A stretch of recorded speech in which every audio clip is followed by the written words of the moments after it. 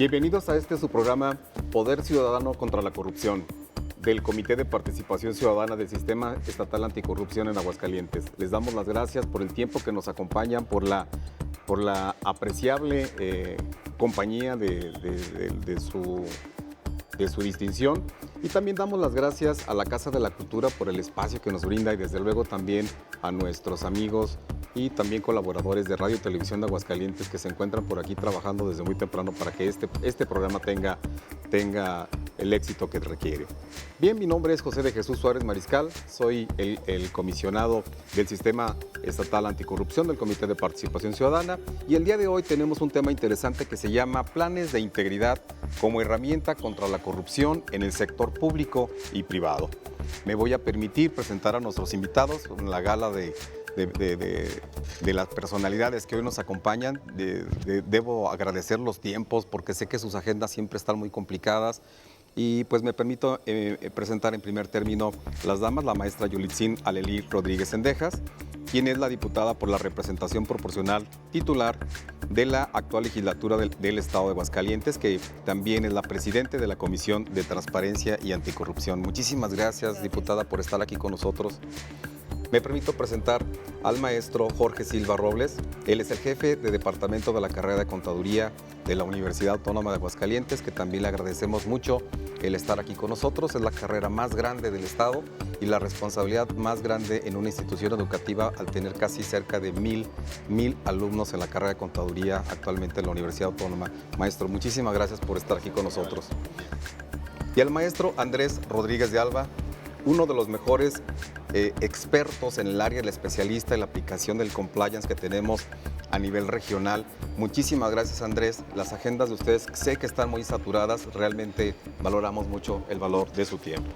Bien, pues sin más preámbulo, vamos a darle pie a los temas que tenemos el día de hoy.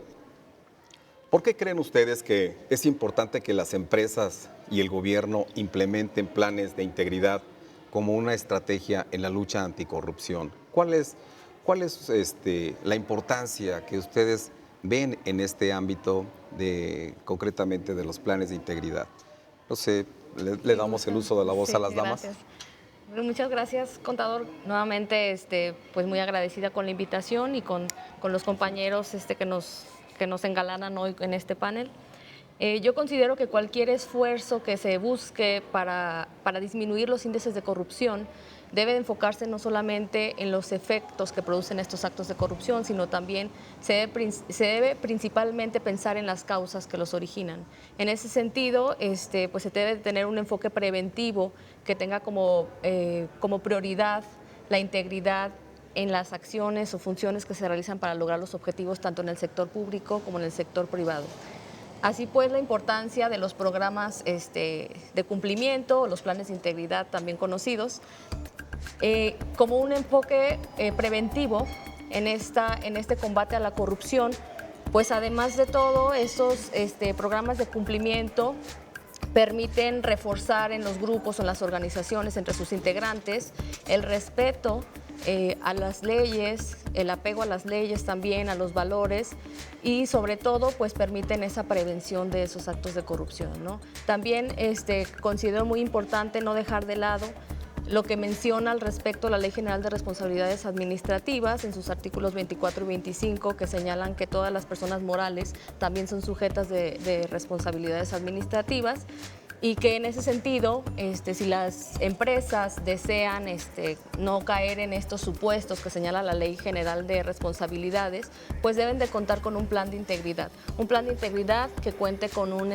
manual de organización, que cuente también con mecanismos de denuncias, que cuente con sistemas de vigilancia, de control, de auditoría, que cuente con políticas de recursos humanos muy específicas, por supuesto con mecanismos que permitan la transparencia y abonen también a la máxima publicidad.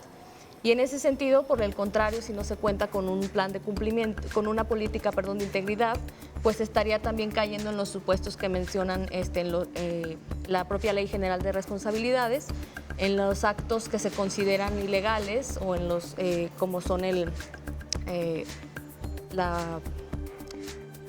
Perdón, una disculpa. En los actos como la participación ilegal de las empresas, como el mal uso de los recursos públicos. Entonces, todas esas conductas que señala la ley y que son también sancionadas en la propia ley en su artículo 3, capítulo 3, pues se caerían esos supuestos si no se cuenta con un plan de integridad. De aquí la importancia, por supuesto, aparejado de que dentro de los programas de cumplimiento de este plan de integridad, la importancia de que se tengan tanto en el sector público como en el sector privado.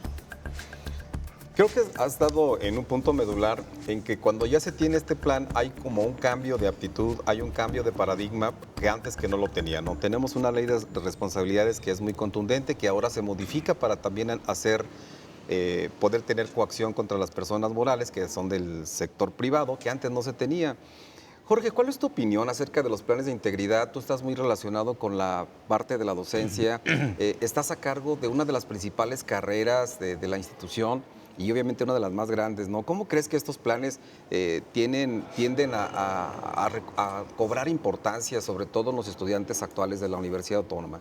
Sí, yo creo que hablar de un tema como es corrupción, pues esto data de antes de Cristo, ¿no? En ese sentido, y creo que pues hoy en día pues es un fenómeno que todo el mundo quiere abatir y combatir, ¿no? Y en este sentido, viéndolo en el sector privado y sector público, creo que se han hecho esfuerzos importantes, sin embargo creo que falta mucho, ¿no? Una cuestión, por ejemplo, que hoy en día en la sociedad se vive, pues por ejemplo son los principios, los valores, que pues realmente pues, no lo estamos viendo actos de corrupción. Si nos vamos a lo más inmediato, en el sector privado, pues estamos hablando del caso, por ejemplo, Enron y todos los que se fueron desatando, ¿no? A raíz del 2000 hacia estas fechas. Y tuvieron que generarse una serie de cambios muy radicales e importantes, ¿no? A nivel mundial, ¿no? En ese contexto, una de las grandes firmas consultoras como fue Arthur Andersen, pues finalmente desapareció esa firma que era pues relevante en ese contexto. Y si vemos en el sector público y vemos las noticias cotidianas, pues siempre hay actos de corrupción, señalamientos, falta de transparencia, falta de rendición de cuentas, a pesar de que existen los instrumentos jurídicos y legales para ello, ¿no? Entonces, creo que nosotros en la institución donde estamos justamente, pues estamos haciendo el cumplimiento partiendo de lo que es un modelo educativo institucional, partiendo de lo que son pues esos principios y valores que son de la propia institución, y lo estamos permeando justamente a través de lo que son la generación de códigos de conducta, el código de ética, y que esto se tiene que dar a conocer pues a toda la comunidad universitaria, profesores, administrativos, alumnos, y hacerlo valer, ¿no? Vivirlo, ¿no? En ese sentido. Creo que hoy en día un tema muy importante es el que los valores, repito, no se están respetando. Algo que nos exige la empresa, el empresario, es que la gente sea ética, tengan la capacidad técnica, pero sean éticos, ¿no? En ese contexto. Y es algo que estamos trabajando con los jóvenes porque a veces como que les cuesta trabajo entender esa parte, ¿no? De por qué llevo una materia de ética, ¿no? Si es a lo mejor algo muy de relleno, ¿no? Si no, hay que saberlo vivir, ¿no? En ese contexto. Y creo que también las profesiones, como el caso de contador público, pues tiene su propio código de ética profesional, ¿no? Que se tiene que vivir en la instancia donde tú te desempeñes. Entonces, creo que esa parte pues hay que estarla trabajando, hay que estarla viviendo día a día y justamente pues apoyar a lo que es, por ejemplo, el Sistema Nacional Anticorrupción, los sistemas estatales anticorrupción, que pues obviamente tiene relativamente pocos años su implementación y creo que falta mucho por avanzar, pero ya hay indicios también importantes que hay que reconocer, ¿no? En ese esfuerzo, ¿no? Que se han hecho, ¿no? Y en materia del esfuerzo que tú bien comentas, mencionabas el caso Enron, ¿no? El caso Enron que fue pues, un escándalo en Estados Unidos y que todavía lo siguen pagando los norteamericanos al estar todavía muchos trabajadores teniendo que extender su jornada laboral de los 65 hasta inclusive los 68, 70 años, derivado de que se perdieron sus fondos de sus pensiones, ¿verdad? En esto, Andrés, tú eres el experto, tú eres la autoridad en la materia de compliance. esta parte de los planes estratégicos, ¿cómo tú crees que se vuelve importante, sobre todo en la cuestión de la integridad? ¿Cómo logramos la integridad, la honestidad, la transparencia a través de la implementación de un plan de integridad?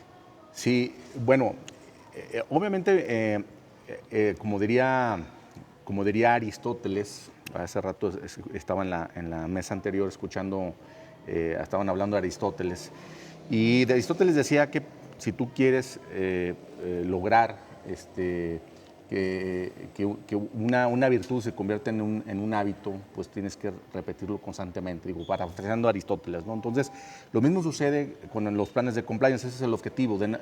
Tú puedes diseñar un plan de integridad, como bien decía la diputada, con su código de ética, un manual de organización, controles, políticas internas, pero no basta únicamente el que tú establezcas esos estándares dentro de la empresa, sino que tienes que darle seguimiento. Digamos que los dos elementos fundamentales de un plan de integridad, pues es un elemento de existencia, pero otro de eficacia. Tiene que ser algo vivo el plan de integridad, algo que se esté día a día se esté viviendo dentro de la empresa y que se le esté dando también seguimiento, ¿sí? Si no se le da seguimiento al plan de compliance, si no tienes un oficial de cumplimiento que esté vigilando que se estén cumpliendo con esas políticas o con esos estándares, pues de nada te va a servir, ¿no? Entonces, eso es lo fundamental. Básicamente, el objetivo de un plan de integridad es reeducar hacia el interior de la organización. ¿Sí? Y crear una cultura de cumplimiento y de valores dentro de la empresa, ¿sí? Obviamente, a lo mejor puede ser que alguien que entre por primera vez en la organización no traiga ese respaldo de ético, ¿no? Pero a lo mejor, vamos a poner un ejemplo, vamos a hablar de un tema de acoso sexual, por ejemplo, dentro de una organización, ¿no? Que sí se da mucho. Entonces, obviamente, dentro de nuestra cultura, pues traemos ciertas actitudes que, pues, comentarios, aventamos por ahí un piropo, hacemos comentarios a alguna compañera, que se nos hace normal porque ya hemos normalizado ese tipo de situaciones, pero que caen dentro de lo que puede ser ya la parte del acoso. Entonces, ok, entraste, ok, a lo mejor tú no venías de otra organización que no te dieron ese respaldo, ok, nosotros te vamos a apoyar dentro de la organización para reeducar y que aprendas a que pues, no se debe de acosar a las compañeras o a los compañeros, ¿no? Por ejemplo, por decir un ejemplo. Entonces, y eso lo puedes extender a muchos casos, ¿no? A cuestiones de soborno, lo puedes extender a cuestiones de robo, hasta de delitos, ¿no? Entonces, o sea, es muy amplio y yo creo que esa es la gran ventaja que tiene el implementar un plan de integridad al interior de una empresa, ¿no? Porque es llevar el Estado de Derecho al interior, al seno de una organización. Y yo creo que el combate a la corrupción no es labor únicamente del sector público. Yo creo que sí debe de ser una situación que debe ser colaborativa de ambos sectores, ¿no? Porque es algo, digamos, horizontal, ¿no? Obviamente hay acciones como reformas, como modificaciones que mencionó la diputada, o como modificaciones a planes de estudio, como bien mencionó aquí el compañero, que coadyuvan a que esto se modifique, ¿no? Yo celebro que algunas universidades ya están implementando o metiendo materias de compliance o de planes de integridad dentro de sus planes de estudio, ¿no? Porque ya algunas empresas ya están tomando nota y están requiriendo profesionistas que les sepan implementar sus planes de integridad al interior de la empresa. Entonces yo creo que eso es lo Excelente, Andrés. Bien, vamos a hacer una pausa y regresamos con ustedes. Este es Poder Ciudadano, Ciudadanía contra la Corrupción.